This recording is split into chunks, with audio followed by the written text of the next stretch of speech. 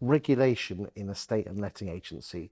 Today I'm joined by David Smith, who's considered by many as the go-to person when it comes to the law and the property market. Thank you for joining me today, David. I've heard you speak a number of times and always been impressed with the way so eloquently you put things.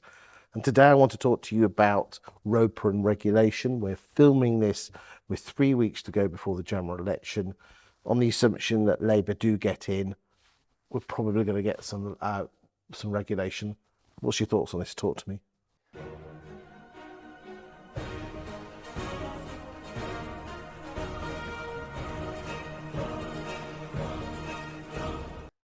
Well, there's nothing in the Labour manifesto, but I think you can look closely at what they've done elsewhere.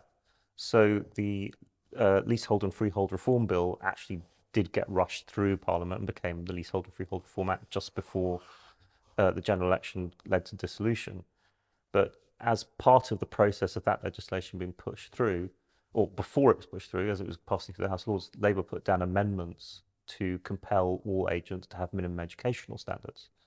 So it's quite clear that it's on their radar. And assuming that they're going to do something fairly substantial in the rental space, which I think they clearly are of some description, and indeed they've kind of said they are, because they said they're going to get rid of Section 21. So there's a whole host of other things they're likely to do around that. I think agent regulation is likely to be something that they would see as a force multiplier. Good agents tend to make the market better. Bad agents tend to make the market worse. And of course, because agents control a significant number of properties rather than just one or two, good or bad agents can provide a substantial improvement or deficit in the quality of the overall market. Do you think the problem is with letting agents or just rogue landlords that tend to do it themselves? I think the problem, from my experience, is both, in different ways and at different times. For sure, you get rogue landlords, but I think you also get rogue letting agents who are not rogue, but either just I don't particularly like the term rogue, to be honest with you. It implies a sort of piratical sense of cool. They're not rogue. These are people who are either grossly ignorant or are deliberately flouting the law. So they're either criminals by design, or they're criminals by lack of attention or lack of care. We'll come to the letting agents in a second. Do you think landlords in any way should have some form of regulation? They do in Wales. I can see a logic to it, but I think we're a long way from that in England. You'd have to do, at the very least, you need some kind of national landlord register, which was, of course, proposed in the Renters Reform Bill. I think you'd have to be convinced that it was going to achieve something for you, because that adds a lot of regulatory costs through the system. I mean, that means all landlords need to be trained, and you've got to produce all those trainers from somewhere. It's one thing to do it in Wales, which is really quite a small market. It's quite another thing to do that for the whole of England, which, I mean, even London alone dwarfs Wales as a market size. So the market in Wales is about the same size as the market in Scotland, and they're both about the same size as the market in York and the Humber, which is a few 100,000, whereas London has more renters than the entire population of Birmingham. So the sizes are just by no means the same. If you want to have full landlord training and regulation in England, then you need a regulator, you need a training program, and you need some kind of database or something to manage all this, and you need some mechanism of enforcement. That's a hell of a lot of stuff to put in place, never mind just the legislation bit, and it's costly. Which will obviously the cost to be passed on to tenants.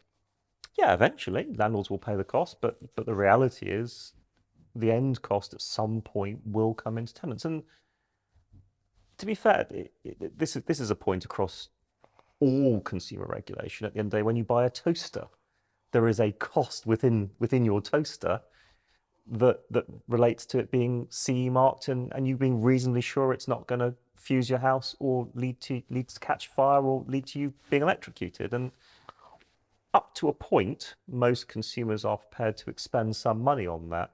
The exact number's a little bit unclear, but at the moment it's quite difficult to get tenants to accept any statement that says that they will pay a bit more to have a level of quality, because they think it should be their by default already. Is it fair that if, you know, it's easy to regulate letting agents, but, you know, and you said some of the problems with letting agents and some is with landlords. Do you think it's fair that, you know, they think this is a panacea, that it's going to tenants are going to think this is all get sorted out, when in reality, most of the problems, in my opinion, are with rogue landlords? Regulating letting agents won't fix landlords who don't use letting agents, and there are lots of those. And Lots of them, over half of them. Yeah, and it won't fix rent to rent, of course, which is a mechanism by which letting agents become landlords. So it won't fix all kinds of guaranteed rent and rent to rent problems. And no, it's not going to magically solve all problems. You've got to improve standards across the board, and really, you probably have to go to landlords and ask them to improve standards and then enforce it, and then have that roll down into the letting agency sector. What do you think it will do for the industry if we do get regulated in terms of the number of letting agents? And do you think it really will whittle out the rogues? It depends how effectively it's enforced. But yes, I think it will be problematic for some areas of the sector, because if you start to break down letting agents, they're in several different groups. You've got the large corporate letting agents. Regulation is not likely to bother them. They probably meet most of the standards that are likely to be imposed on them anyway. Most of them have substantive training programs, and they can absorb a little bit of extra on cost. And in practice, one cost on this set of regulation will probably be offset by some reduction in cost elsewhere in their regulatory expenses. You've got the very small agents, you know, the 1 or 2 office people. And there's a lot of them. And there's a lot of them, and they will suffer because many of them don't have full spectrum training for all of their staff. They suffer, like much of the sector does, from staff turnover, and so they'll be training people only for those people to disappear, and then they'll get more training cost. So they are potentially in a difficult position. Now, of course, many of those smaller agents are disappearing anyway as they get bought up by slightly larger agents, and I think that will drive that further. And then you've got the sort of fly-by-night type agents. I think the difficulty with them is that they won't be regulated. They won't be particularly interested in becoming regulated. And at the moment, they're very poorly enforced against. It's not very easy to enforce against them in practice. And unless some real effort is made to enforce against them, then they will continue to do what they're doing without any regulation and without any real desire to be regulated. And they'll be undercutting all the other people who've got more expenses.